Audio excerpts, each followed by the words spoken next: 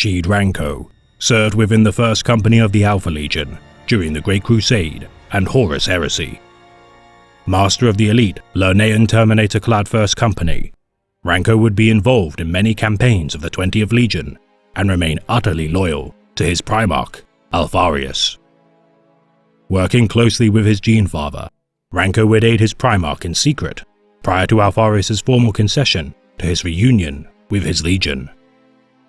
Later assigned under the command of the co-Primarch, Omegon, following his discovery and implementation into the Legion, Sheed Ranko would aid in the destruction of the Tenebrae pylon installation during the Horus Heresy.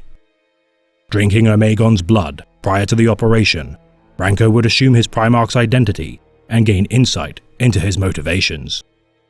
A particularly large Astartes, especially by the standards of the 20th, Ranko had successfully posed as his Primarchs during diplomatic missions prior, and thus be perfect to undertake the suicide mission under the guise of Omegon.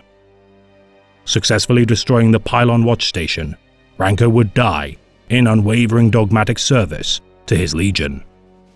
The reasoning behind such a mission, staged against one of the Alpha Legion's own installations, a topic of much debate and mystery for scholars to this day.